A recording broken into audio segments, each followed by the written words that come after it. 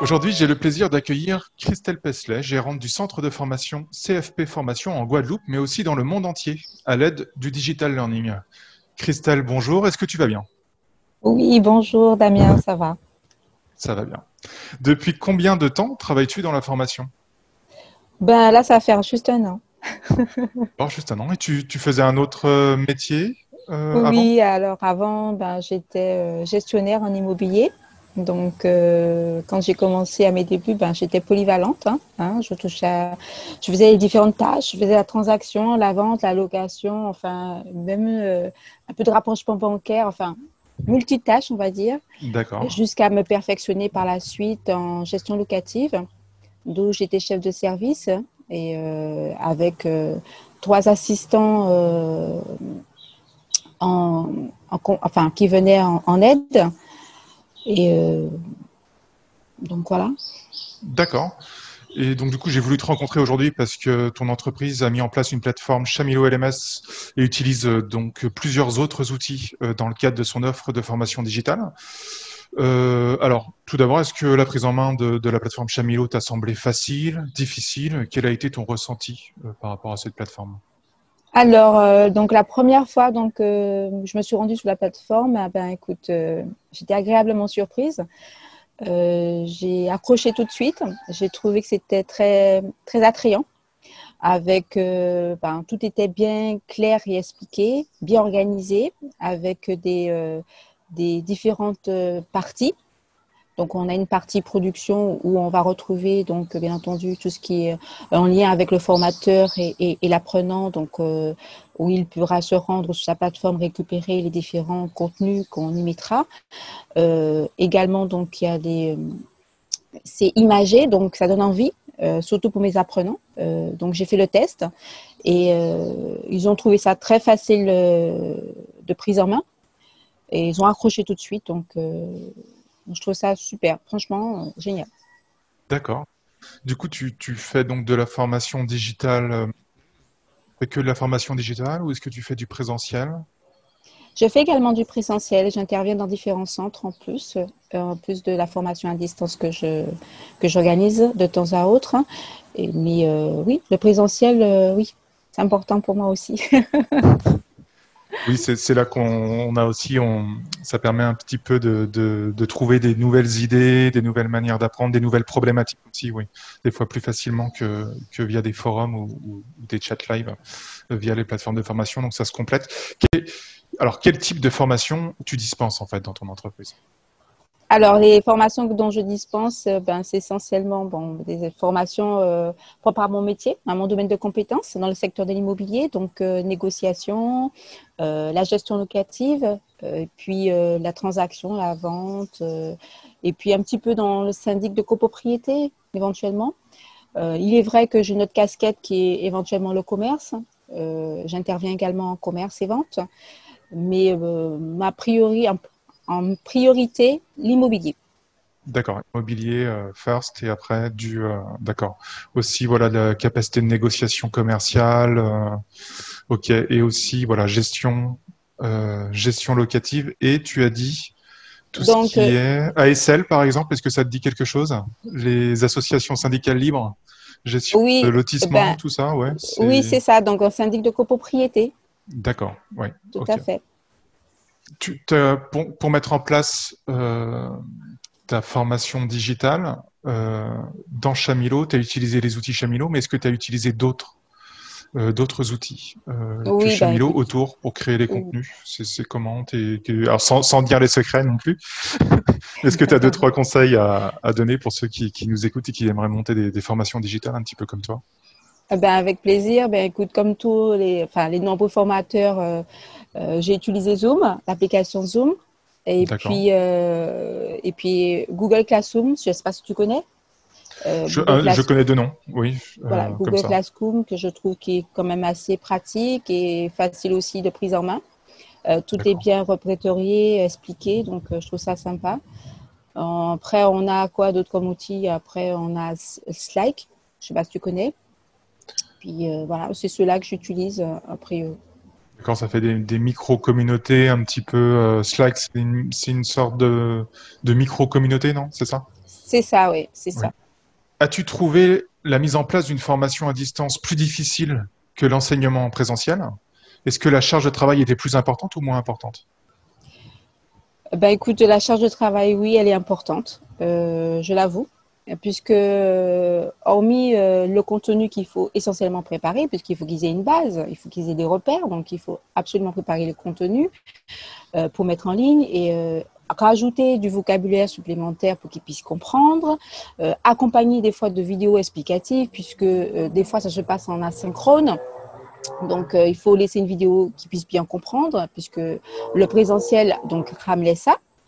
Donc, j'ai accompagné beaucoup de vidéos explicatives, parce que c'était pas évident des fois. Donc, ça demande du travail, effectivement. Parce en salle, en présentiel, effectivement, on peut reformuler si quelqu'un n'a pas compris, alors que en e-learning ou en digital learning, comme on dit aujourd'hui, c'est vrai qu'il faut prévoir un petit peu toutes les explications à l'avance au cas où la C'est ça. personne demande, ou alors il faut avoir une présence d'un tuteur en ligne via un chat live ou etc. Tout Effectivement, à fait. Il c'est faut anticiper, en fait. oui. Et en plus, si tu distribues ta formation effectivement dans le monde entier, dans la partie même francophone, avec le décalage horaire, effectivement, on peut pas être toujours derrière à répondre aux questions. Donc ça, c'est le problème de toutes les plateformes de formation. Donc on est quand même obligé, voilà, de prévoir tout ce qu'il faut, quoi. Ok.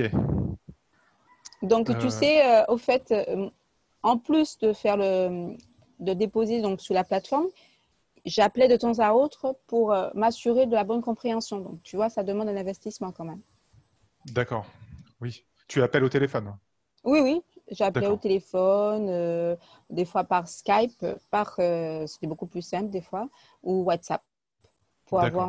avoir un retour, puisque des fois, tu sais, les apprenants, ils ont quelques difficultés, ils n'osent pas sur la plateforme, et puis en privé, eh ben, ils se confient. D'accord. Oui, effectivement, ouais. Donc, c'est toujours à garder un contact. Donc, tu préconises quand même de garder un contact avec l'apprenant en vrai, en direct, régulièrement, surtout pour les décrocheurs. J'imagine s'il y a quelqu'un qui faut l'appeler pour savoir ce qui va, ce qui bloque, Oui, tout à etc., fait. quoi. Mm. Tout à fait. D'autant plus s'il ne remet pas les productions à temps. Donc, il y a certainement une difficulté quelque part et qu'il faut, bien entendu, déceler. D'accord. Et quand tu parles de production, c'est des travaux pratiques, par exemple? Oui, c'est ça, des travaux, par exemple, surtout les DP, j'intervenais énormément sur les DP, donc les dossiers professionnels, hein. D'accord. Donc, effectivement, des fois, il pouvait avoir quelques problèmes par rapport à cela. Donc, il fallait que je m'assure que les éléments transmis ou les explications que j'avais plus ou moins préparées étaient bien, comment dire ça, comprises de tous. D'accord. Du coup, donc ton plan en matière de digital learning dans les années à venir, est-ce que voilà, ce sera quoi la prochaine étape pour CPF Ben, Formation? écoute, avant le confinement, je voulais faire essentiellement du distanciel, donc la formation e-learning. Et puis, le confinement est arrivé et je me suis rendu compte qu'il faudrait quand même l'accompagner de présentiel. Comme je t'expliquais, il m'arrivait souvent d'appeler en privé les apprenants pour apporter des explications supplémentaires. Et puis là, je me suis rendu compte quand même qu'il fallait de temps en temps animer en présentiel pour apporter un plus. D'accord. Mais c'est vrai que le distanciel, faire la formation e-learning m'intéresse énormément. D'accord, donc voilà, faut mixer les deux de façon à ce que l'expérience voilà, soit totale. En tout cas, tes apprenants arrivent, voilà, ils font la théorie sur la plateforme et il y a une partie qui peut être gérée que par du présentiel, en fait. C'est ce que tu es en train d'expliquer? C'est ça, tout à D'accord. fait. Ok. Euh, bah, je te remercie beaucoup pour toutes ces informations. Est-ce que tu as quelque chose à ajouter? Bah écoute, non, ça va. Ça va? Ok. Eh ben, écoute, en ce début d'été, Je te souhaite un bel été et je te dis peut-être à bientôt pour une nouvelle interview et des nouvelles infos. Merci pour l'invitation. À bientôt. Au revoir. À bientôt.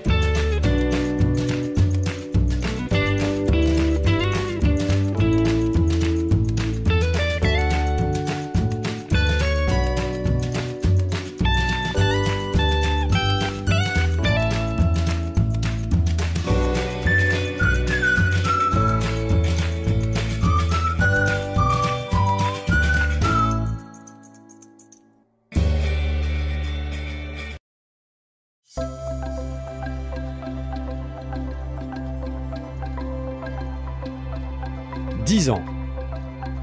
10 ans de partage et de rencontres. 10 ans pour encourager la transmission. 10 ans de soutien aux logiciels libres. 10 ans pour ouvrir à tous l'accès à une éducation de qualité. 10 ans d'innovation. 10 ans que Chamilo existe pour vous.